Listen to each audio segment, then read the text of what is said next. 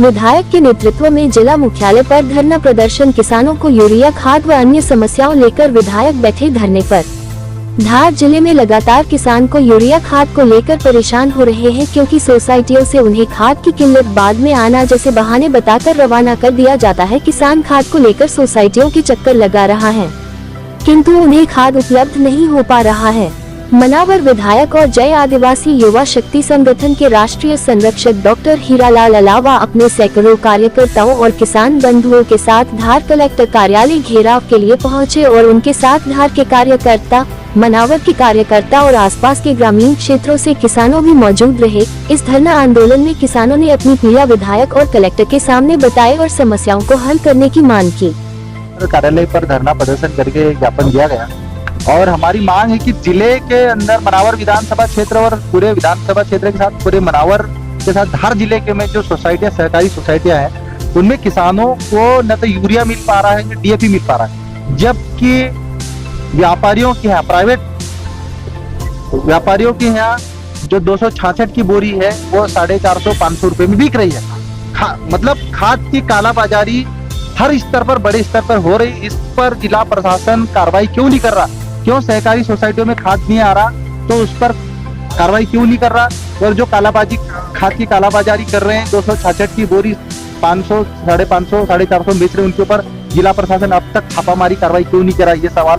दूसरा हमारा सवाल कि जो सुदूर सड़क योजना है, आज धार जिले के हर गांव में कीचड़ में स्कूल बच्चे जाने के लिए तैयार है, मजबूर है, लेकिन सुदूर सड़क योजना के तहत क्यों सरकार ने प्रतिबंध लगाया? क्यों जिला प्रशासन इस पर ले गंभीर रही है?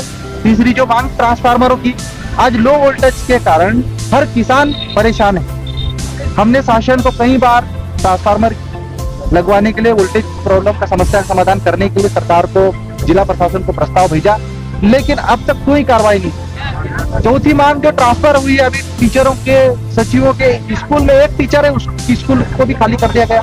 तो क्या सरकार चाहती है कि आदिवासी स्कूलें बंद, आदिवासी क्षेत्रों में स्कूलें बंद हो जाए? अगर आप ट्रांसफर कर रहे हैं किसी को तो उसकी जगह किसी को नियुक्त करना भी होगा।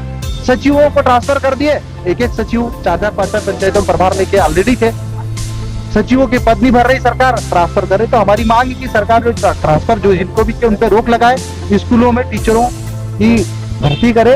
और जो खनिज मद जो हो रहा है, एक जो जिला खनिज मद प्रतिष्ठान, हमने हमारे से हर जब बैठक होती है विधायकों से प्रस्ताव मांग, कलेक्टर अपने हिसाब से खनिज मद बांट रहा है, अपनी प्रायोरिटी तय कर रहा है, जनता की प्रायोरिटी हम तय करते हैं, लेकिन विधायकों की अनुशंसा को अनदेखा कर कलेक्टर अपने हिसाब से खनिज प्रतिष्ठान का मत वितरित कर रहा है। ज्यादा जरूरी है कि जनता की जो समस्या है, ट्रांसफार्मर चाहिए, जनता को बिजली चाहिए, पानी चाहिए, वहां पे विधायकों की अनुशंसा दी जाती है, लेकिन उस अनुशंसा को अनदेखा किया जा रहा है। तो इसकी जांच हो, सरकार इस पे संज्ञान में ले और किसानों को समय पे खाद मिले। और सोसाइटी से जो लेके भी आपने बिल्कुल मनावर विधानसभा क्षेत्र में कई, मनावर के साथ पूरे जिले में सोसाइटियों से जो जिन्होंने सोयाबीन खरीदा वो सोयाबीन उगा ही नहीं इस बार। तो क्या सरकार जिन कंपनियों को प्रमाण पत्र दिया, जिन अधिकारियों ने प्रमाण पत्र दिया, उनके ऊपर एफआईआर दर्ज करेगी, उनके ऊपर कार्रवाई होगी? ये हमारी मांग है। सरकार जांच करके कड़ी से कड़ी कार्रवाई करे जो नकली खाद बीज बेचने वाली हमने बड़े स्तर पर हम धरना प्रदर्शन करेंगे। और धार जिले में पूरा हमारा कांग्रेस पार्टी का तो संगठन रहेगा ही, पूरे जयस के, पूरे मध्य प्रदेश के युवा आके किसानों के समर्थन में धरना प्रदर्शन चक्का जाम करें।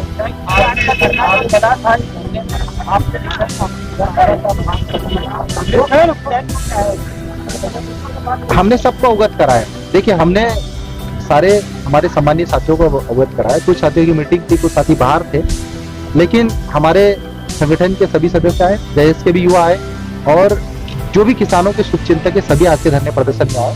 और हम आगे भी ये किसान ही भाई, अब क्या पुराने जमाने की वो लगोटी पहनने वाला किसान नहीं रहा है, पेंट शर्ट पहनता है, नए जमाने का ये किसानी, सब किसानी के बच्चे लोग हैं। मैं भी एक किसानी हूँ, मेरी भी खेती है, तो सारे किसानी। अवैध भंडारण बड़े पैमाने पे धार जिले में हो रहा है। जिला प्रशासन और धार जिले की इंटेलिजेंस एजेंसी इसमें खेल क्यों हो रही, सबसे बड़ा सवाल। आज जयस की कहाँ मीटिंग है, एक अधिकारी हमको फोन लगा पूछता है कितने आ रहे, कब आ रहे, लेकिन कितना खाद अवैध भंडारण कर रखा है ये इंटेलिजेंस को नहीं पता है, जिला प्रशासन को नहीं पता। तो ये कहीं ना कहीं हमारा सीधा सा सवाल है, जिला प्रशासन और इंटेलिजेंस मिला हुआ है, इनके संरक्षण कर रहा है और इन अवैध भंडारण के ऊपर कार्रवाई नहीं कर रहा। अगर नहीं करता है भाई देखो, हमने धार जिले के जो कलेक्टर प्रियंक मिश्रा जी है, उनको न तो इस जिले के किसानों की चिंता है, न उनकी मांगों को चिंता है, उनको चापलूसों की चिंता है। अगर जायज मांगों को लेकर कलेक्टर साहब गंभीर होते तो आज यहाँ ज्ञापन लेने और हमारे सवालों का जवाब देने के लिए तैयार होते। वो किसानों के प्रति, यहाँ के जनता के प्रति पहली बार असंवेदन हिंसा का जो उन्होंने जो उजागर किया और किसानों की मांगों से जरूरी उनको दूसरे काम लगे, तो ठीक है। अब कलेक्टर साहब की अपनी सोच है, लेकिन आने वाले समय में निश्चित ही हम लोग को जिले में किसानों के प्रति, आदिवासियों के प्रति और जनता के प्रति संवेदनशील कलेक्टर साहब चाहिए था।